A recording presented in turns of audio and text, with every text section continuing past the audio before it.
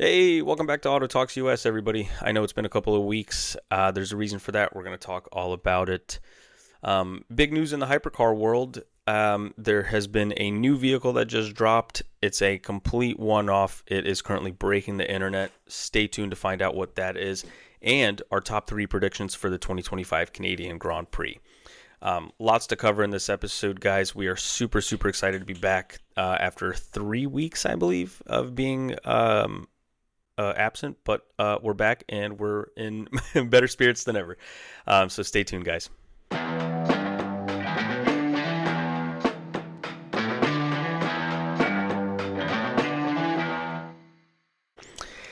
So, diving in big automotive news, there has been a vehicle that has just hit the ground, or I guess hit the automotive wave, however you want to phrase it. It's out. It's big. It's insane. And that car is the Porsche 963 RSP. This is this is a street legal one-off built, I believe, for Roger Penske, who owns, of course, the very successful race team. This is Porsche's flex on what the modern interpretation of a homologated supercar is. It's not the first time they've done it. So, if you guys will recall, back in, I believe it was the 70s or the 60s, the Porsche 96, was it? I don't know if it was actually called the 963 at the time, but this iteration is. Porsche runs the 963 in prototype class racing. So this is a completely bespoke race car. It's not a street car by any means. This is the car that they go to LeMans with, and the the 24-hour races, the 12-hour races. I believe it's already won the Rolex 24. It's won the 12 hours of Sebring. So that's the car. Now this one, the RSP, I assume Roger, what's his? Sear. Well, that makes sense. Those are his initials. Cool. So it's the 963 Roger Penske. And it is silver. It's got this beautiful nutshell interior, kind of like this brownish. It's got this brownish interior with a silver exterior. It is street legal. It's got headlights, tail lights, all the safety stuff. So by all intents and purposes, the investment was made into this car to make it an actual street legal car, similar to the 1970s car that they had, which was also silver. I'm trying to remember what the thing was. Why is it? I don't know, guys. I apologize. It's twin turbo V8. It's got the battery power assistance, the hybrid system. I think it's like an 800 volt system or something like that. It's a whatever kilowatt battery. The car revs up to about 8,000 RPM. It's got I believe 600, maybe 700 horsepower. It's closer to 700, but then of course with the hybrid systems and everything like that. When I was reading the article on Motor Trend, it did specifically say that the car could easily have put it at the $3.5 million price point. So that's pretty crazy, right? You've got over 8,000 RPM. It's a one of one. Obviously, we're probably not going to see this car driving around anytime soon, but the fact that this car exists, it just puts Porsche in that upper echelon of manufacturers who can do something like that. It's one thing to create concept cars and then ride on the hype of a concept car for the better part of 7 to 8 years, like we saw with the Valkyrie. I mean, the first Valkyrie when it hit ground was just like, whoa, So, and of course, Aston Martin, Porsche, they're both luxury makers for all intents and purposes, but with different types of audiences and customer bases. And Aston Martin obviously races cars themselves. So the Valkyrie now racing at Le Mans for the first time this week. It's going to be cool to see the Porsche against them. Let me just see something really quick. 963 Le Mans, because they're testing right now. Porsche Penske Motorsport completes successful test days ahead of Le Mans. I think this was the reason they chose to launch it this week, was because testing is currently happening as we speak, and so Penske, Penske being the front-running Porsche team as a manufacturer team, I think it's actually kind of interesting. So let's see, the hypercar customer team Proton competition. So speaking of Proton competition, guys, we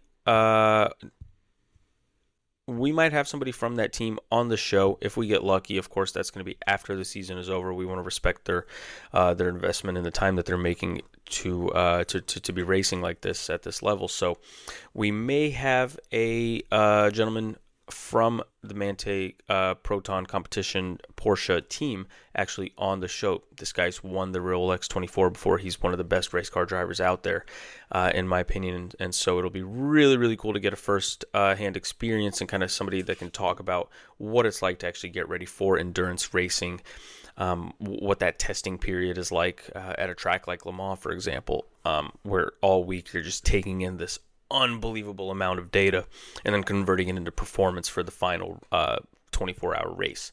So with that being said, it's just so this car is going to be competing directly against the Valkyrie LMR.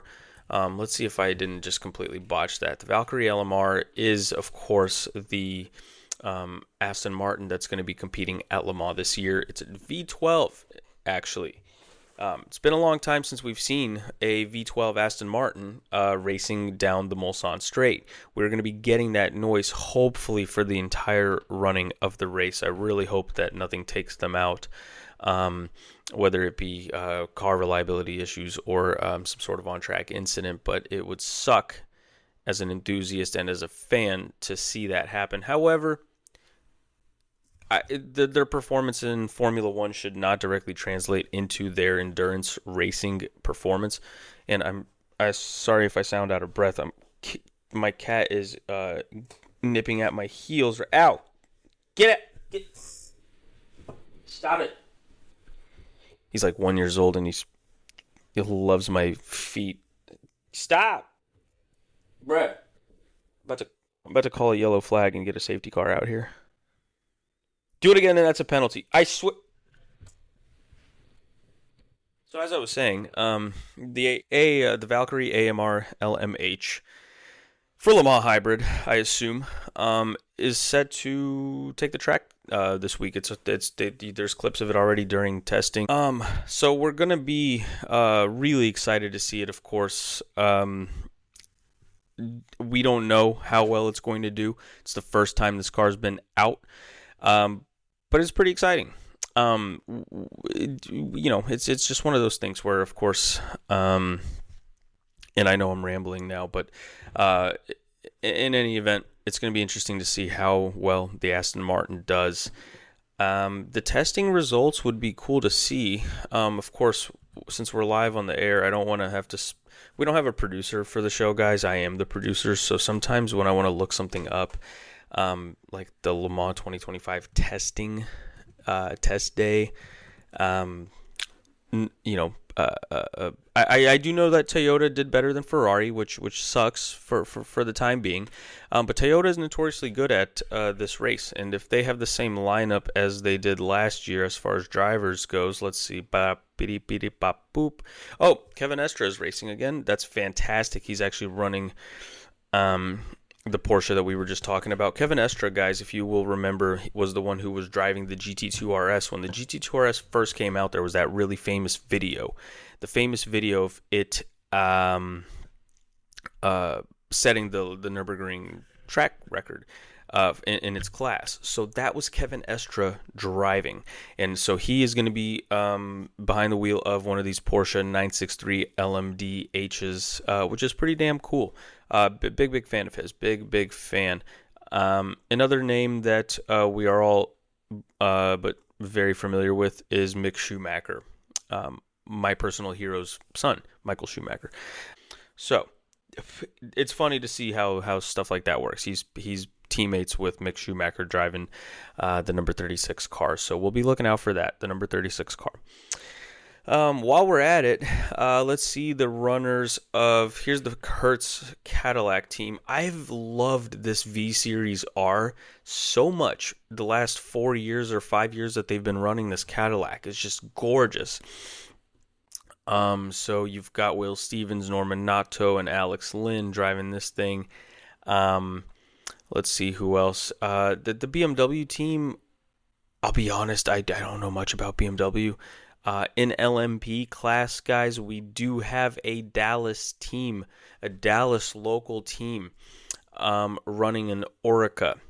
They are running an Orica. Let's see what kind of car is this? Ba-da-beep, ba-da-ba-boop. Beep. Let's see here. Europol competition is the team. They've got a Dallas local by the name of Nick Bouillet. I'm not entirely sure how it's pronounced. It's one of those European names, and I'm not the smartest guy, so I apologize for that, Nick. Still want to have you on the show. Nick's a professional race car driver. His family has a beautiful jewelry / luxury watch boutique here in Dallas, as well as a couple other cities around the country. But he himself is an incredibly gifted driver. If you see some of his highlights, I believe he's actually he's had a number of podiums, a number of wins in his respective categories. And so this is a local Dallas site that we get to watch on the big screen, racing in LMP class at Le Mans. And so, guys, if you want to check them out, we'll also tag Nick in some clips. There's no shortage of them. It's this bright yellow, bright green Orica race car. I think it's LMP2, if I'm not mistaken. So they are running, I believe, again with the number 52. That's sort of their. I think that's the number of the car. But if you see that yellow and green LMP2 Orica, just know that there might be a guy who shares the same road as you on the way to work. He is from Dallas. It's really awesome to support guys like that when they're competing on the big stage, not only for themselves, their families, their loved ones, but also for the city too. I think it's amazing. It's sort of like having one of our local basketball players or local football players playing in the World Cup or something like that, just on a global level when you're competing for something that's the biggest of its category. For example, the 24 Hours of Le Mans. It's big enough to say that, if you've got a movie like Ford versus Ferrari being made about it, it's a pretty big deal.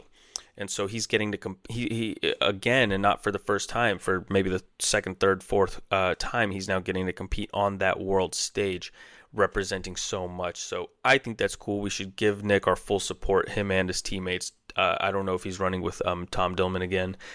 But they have a fantastic lineup, and so I apologize for not knowing the lineup off the top of my head. It's a lot to really take in, but Inter Europol is going to have a fantastic running. We're going to be supporting them as they go hit the 25 Hours of Le Mans now. It's just crazy to think it's already 2025. We've been watching this race for almost 15, 16 years now. I still remember when Alan McNish with Tom Christensen and everybody else got to kick it in the Audi R18. That was a killer car. That was awesome. That's back when we used to stay up late watching the race. So let's see. The number as part of the prize for winning last year's IMSA Drivers and Team Championship, DeBoule Motorsports received Truman Award. This award grants Nick a golden ticket entry into the prestigious level Le Mans 24 Hours, where he will compete in the LMP2 class. Wow! Congratulations, Nick. That is awesome. So he won the opportunity to compete in this race again. This will mark Nick's third time to compete at the world's most iconic motorsport event. Bull previously raced alongside David Cheng and Pierre Nicolet, where they placed 7th place in LMP2. That is awesome, guys. That is what a cool story. So, there you have it. Nick Bull returns to the 24 Hours of Le Mans in 2025. Awesome. Moving on from that, we did mention at the beginning of the episode that we're going to be talking about our predictions for this weekend's Canadian Grand Prix. It's crazy how many just big races we have all at the same time. I personally think it's going to be a McLaren domination this weekend, you got to think about what kind of track it is. Not a whole lot of elevation change, but very, very high speeds with the occasional hard turns. Most of it is chicanes. You've got a lot of chicanes in this thing, a lot of kind of hard right, hard left, back on the power, heavy braking zone again, with a couple of really tight apexes on either side in between. And of course, that beautiful, beautiful run down by the water when they have that helicopter shot just before the final chicane going into the which is the last corner. The last corner happens to be a very tricky, tight chicane that you kind of have to, if you nail the entry speeds, you can carry a lot of momentum through the second part of the corner, and then you get up against the wall, and that's where you can really get a couple of tenths, or at least a couple of hundredths. Probably better to say a couple of hundreds, quite frankly, because in these F1 cars, the margins are just too tight for tenths. You're always talking in the hundreds and thousands. So yeah, I think it's going to be a McLaren-dominated weekend. Oscar Piastri is probably going to take the win with Lando either shortly behind him, or if a strategy failure happens, I think a better alternative would be Oscar, Max, Charles.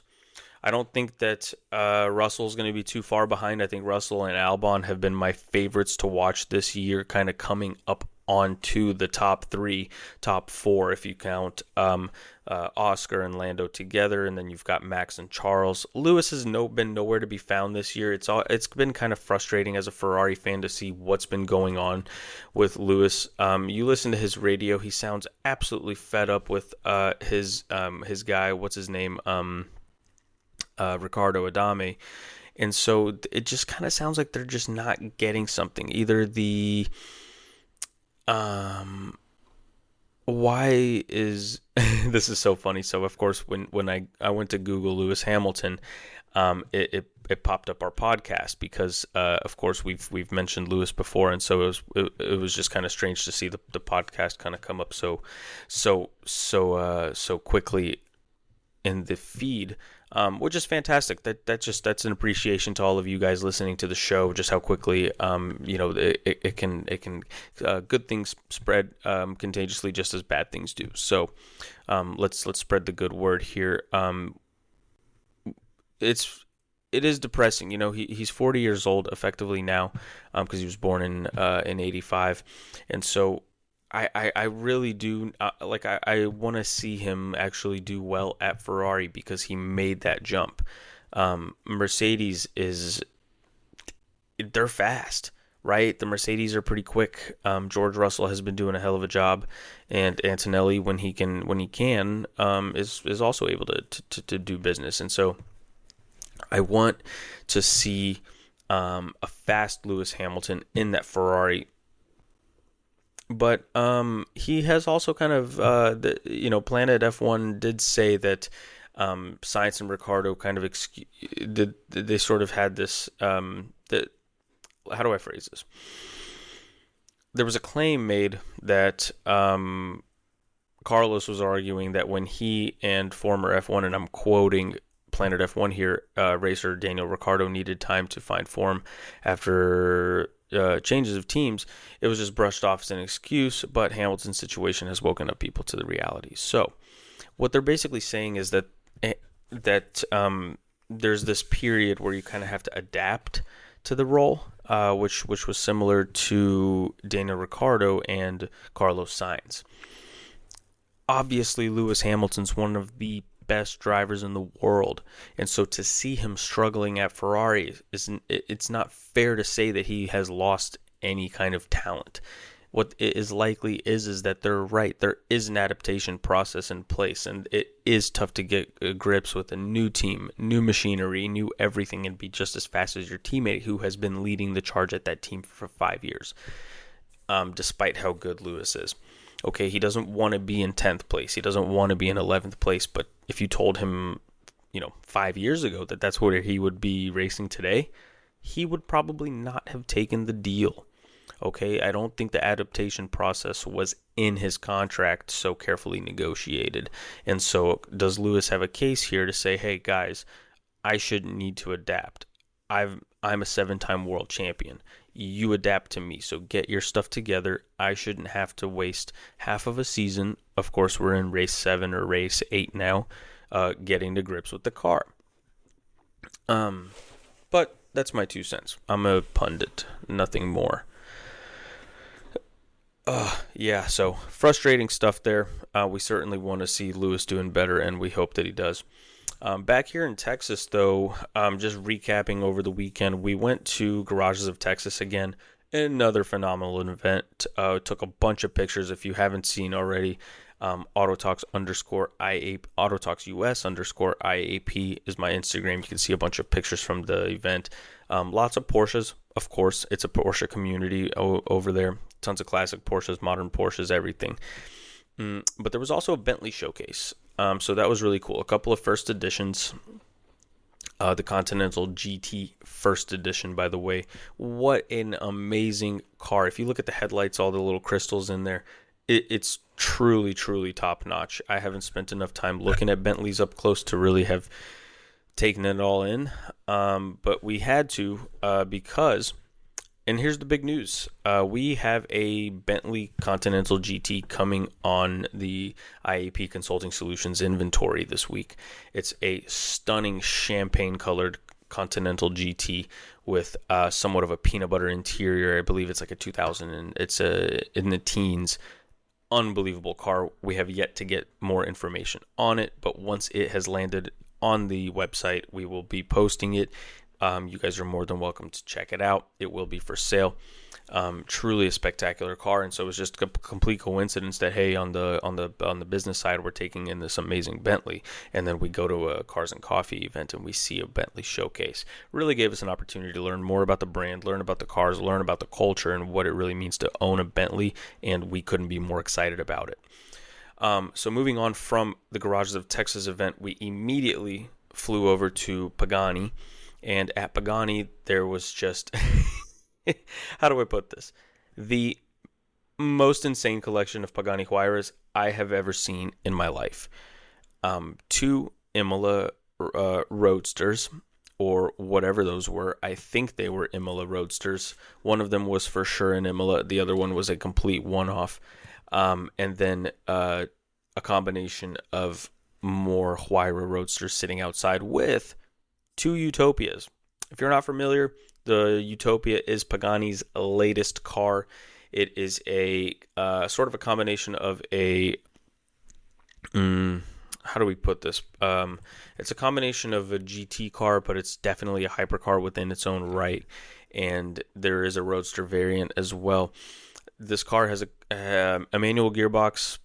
It looks just like the Huayra, but completely redesigned. The bonnet still lifts forward. The rear clamshell still comes up. It still has that incredible V12 that we love, but it is just on a completely another level.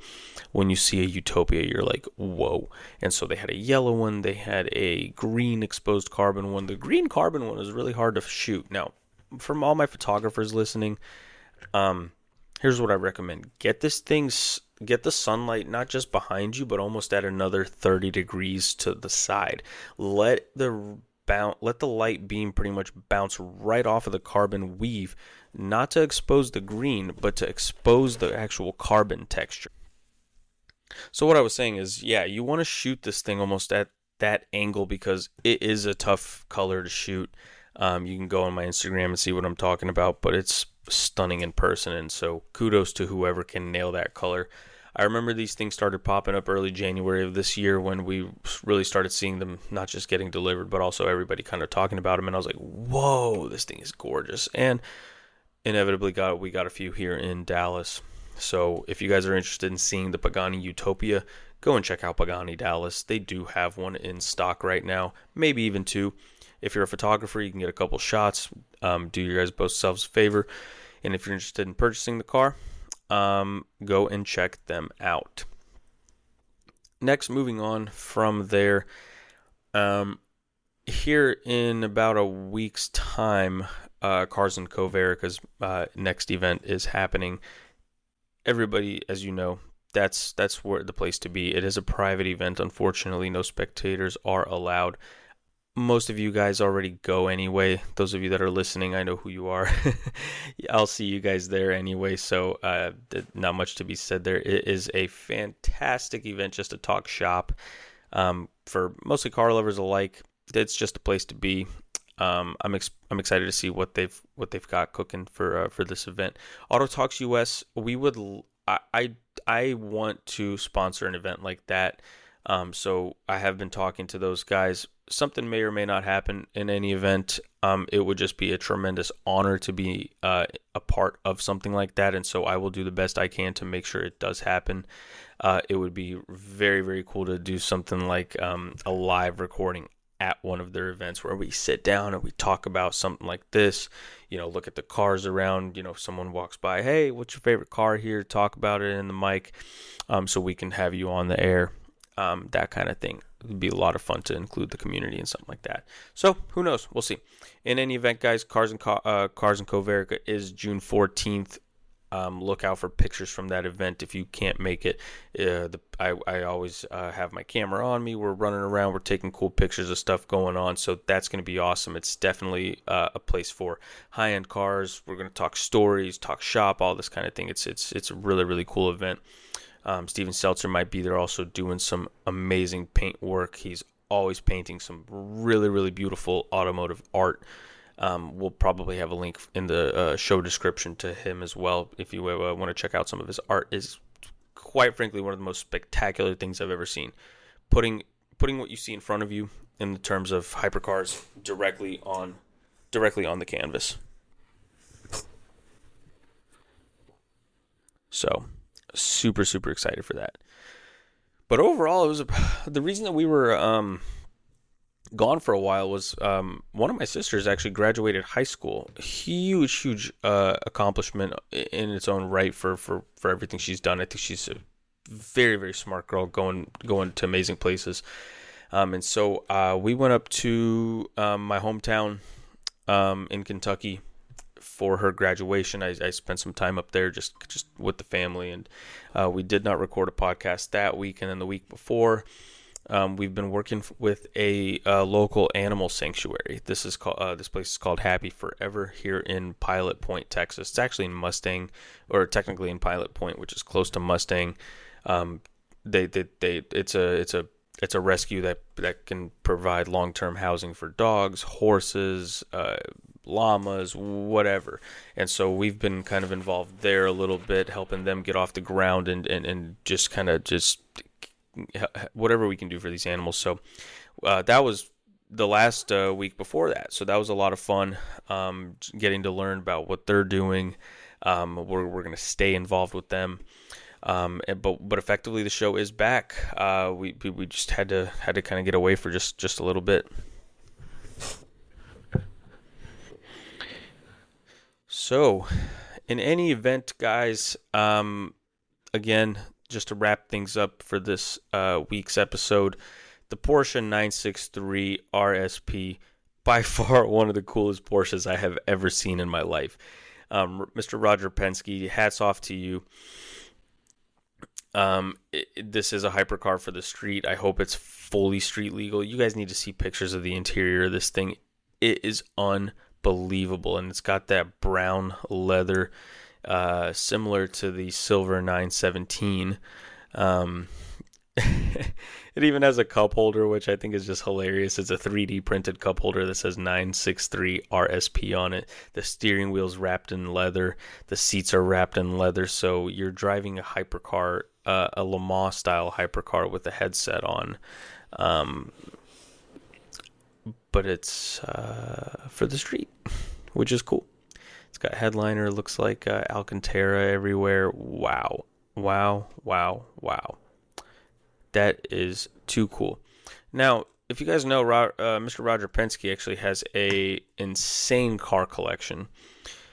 So when I first started really getting into cars, there was this I had a master list of just people who I wanted to interview or work with or whatever, just car guys with huge car collections that I felt I had to meet. Now, unfortunately, Mr. Roger Penske's been around for far too long. At 85 years old, Probably small chance that we'll be able to, get him on the show, but we should. He's got, I don't know how many cars, but it would be awesome to hear his story, find out what it's like to just get a one-off like that. And again, congratulations to Nick Boole here in Dallas. Good luck to Europol on their competitive successes at Le Mans, to the Proton competition team with Ryan Hardwick and his teammates. I wish them nothing but success as well. All just amazing things. There's going to be some really cool car shows this weekend coming up. We're going to be shooting these events, so lots of action there. It's been a really, really exciting episode, guys, and of course brought to you by IAP Consulting Solutions. Of course, we just mentioned that we have a Bentley coming for sale. Most of what we do is strategy-based services. If you're looking into buying a car, before you buy that car, it's important that you talk to somebody who knows the marketplace, who knows what they're talking about, so that you're not alone in making that decision, because it's always best to have an objective lined out with everything kind of accounted for before you jump into a 5, possibly 6, possibly 7-figure investment. And we say investment because we don't want it to be a liability. So, with that being said, guys, it has been a tremendously great episode. We're excited to be back. We're going to be back again consistently every single week. This is a Monday special for you guys because we are a little bit behind, so we owe you that. And because we were behind, we wanted to make it up to you by dropping an episode first thing on Monday, guys. So we want to see you guys next week. Thank you so much for tuning in. Have a wonderful rest of your day. And this has been another episode of Auto Talks US.